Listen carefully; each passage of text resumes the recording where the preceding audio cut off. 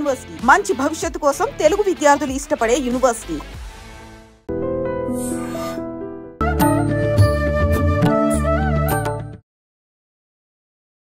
నమస్కారం, welcome to I dream. ధర్మ మార్గం కార్యక్రమానికి స్వాగతం. నేను మీ విజిత.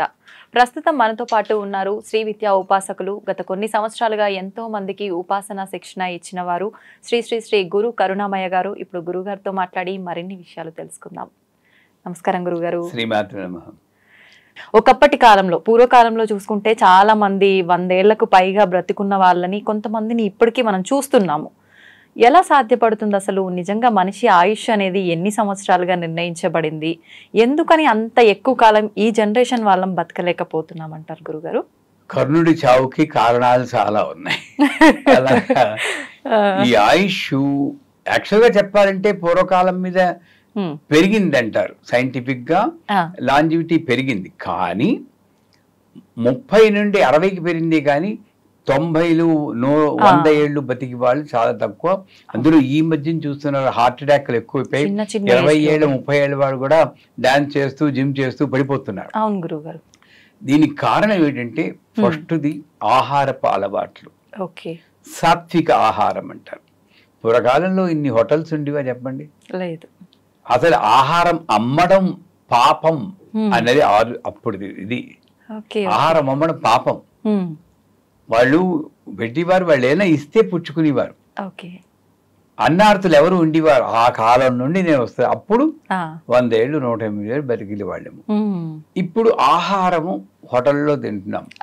ఇప్పుడు ఈ పేపర్లో చూస్తున్నారు, ఫ్రిడ్జ్లో పెట్టి 3 రోజులకైతే బిర్యానీల కింద చేసి పంచుతున్నారు, గమగమలు వేసి పెడుతున్నాం. ఈ గుమగుమలకు అలవాటు పడిపోయాం, కానీ అది ఏం చేస్తుంది నాకు అన్నది ఆలోచించలేదు.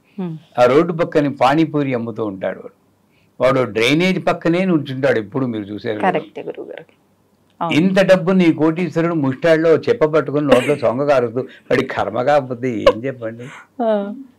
వీడు దేవాలయంలో తీర్థం ఇస్తేనేమో ఇలా పుచ్చుకుంటాడా, రోడ్డు పక్కన డ్రైనేజ్ పానీ పుచ్చుకుంటే ఇది కలియుగ దౌర్భాగ్యం. వాడు ఏ అలవాట్లోనే తాగుబోతూ అవ్వచ్చు, ఇదవ్వచ్చు. ఇలా నానా సంకరమైనటువంటి ఈ ఆహారం, ముఖ్యం ఆహారం.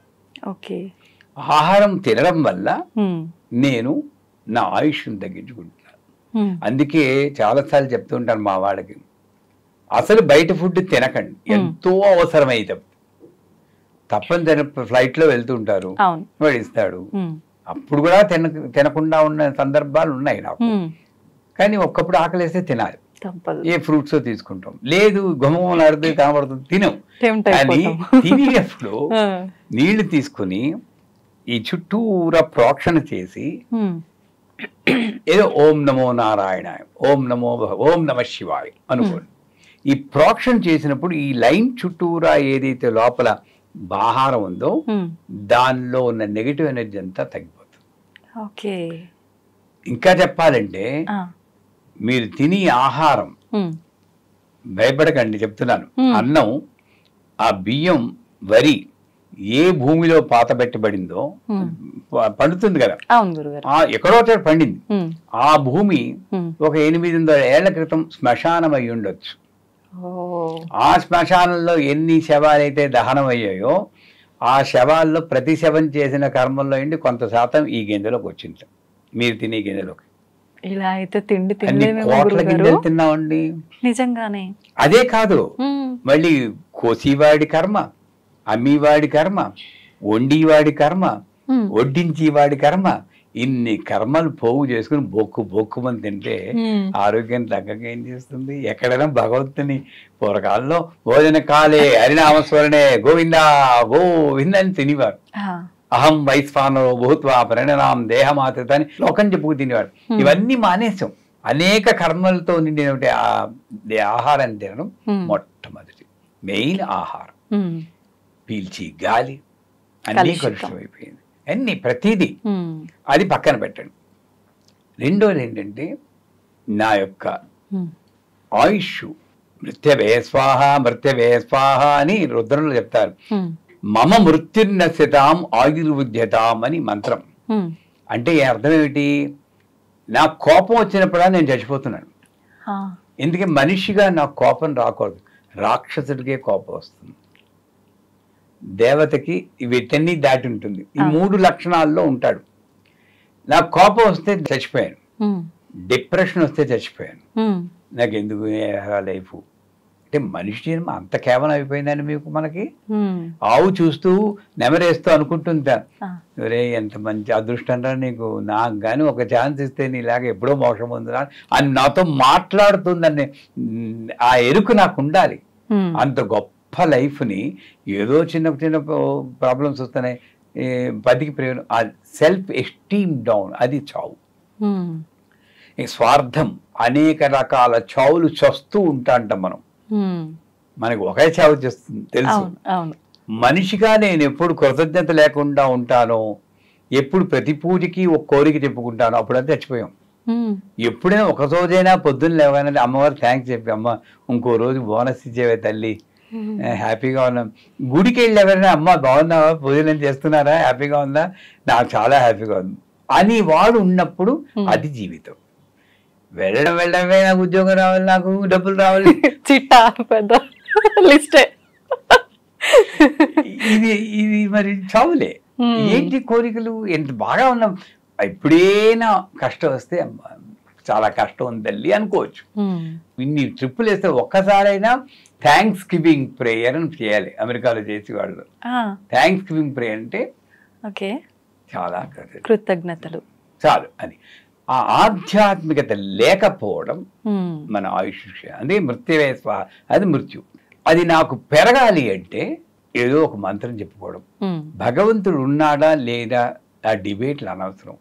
నువ్వు ఉన్నాడు అంటే ఉన్నాడు, అది అమ్మ అంటే అమ్మ, లేకపోతే బొమ్మ అంటే బొమ్మ, చెట్టుకుంటే కొమ్మ, నీ నమ్మకాన్ని బట్టి అంతే. నమ్మకం అంతే. నేను చెప్తాను, మొన్న ఒకసారి మీతోనే మాట్లాడుతూ అన్నానేమో, ఈ వాటర్ బాటిల్ పెట్టుకుని ఆవిడే లక్ష్మీదేవి శ్రావణ మాసంలో నాకు బొట్టు పెట్టేది, ఇలా నేను పూజ చేస్తే 100% గ్యారంటీగా కొన్నాళ్ళకి నాకు ఫలితం వస్తుంది. భగవంతుడు అంటే నమ్మకం, అదే భగవంతుడు. ఈ విగ్రహం అమ్మవారంటే నమ్మకం, ఇది అమ్మవారంటే నమ్మకం. అంచేత ఈ నమ్మకంతో ఒక మంత్రాన్ని, ఏదో ఒక మంత్రం అంటే శబ్దం, ఆ శబ్ద తరంగాల్ని యూత్ వింటూ ఉంటారు ఈ వీడియోని. మేము ఇప్పుడు అక్కర్లేదు, పెద్దవాళ్ళకే ఇదంతా అనుకుంటారు. తప్పు. చూసుకోండి, సినిమా యాక్టర్ కూడా పునీత్ రాజకుమార్ పాపం ఎవరో యంగ్స్టర్ జిమ్ చేస్తూ పోయారు, ఏ రోజు మంది కాదు. అందుచేత ఆ ఆద్య చిన్న నాలా పూజలు చేయమని ఎవ్వరు అనరు. మీకు 60 ఏళ్ళు వచ్చి అప్పుడు చేస్తే చేస్తారు, లేకపోతే రోజు ఒక 5 నిమిషాలు ఈ ఆయుష్ పెరగాలంటే చెప్తున్నాను, 5 నిమిషాలు సైలెంట్గా ఉండండి, కళ్ళు తెచ్చుకోండి, ముఖం మీద నవ్వు ఉండాలి. ఎంత దెబ్బలాడు వచ్చినా సరే లోపల ఇక్కడ నవ్వుతూ ఉండాలి. నవ్వు పెట్టుకుని కళ్ళు తెరిచి ఈ సైలెంట్ నిశ్శబ్దంలో ధ్యానం చేయాలి. చాలండి, అంతకన్నా ఏం ఒక్కర్లేదు. అదే సరిపోతుందా గురుగారు? పెద్ద పెద్ద పూజలు కూడా చేయగలరు.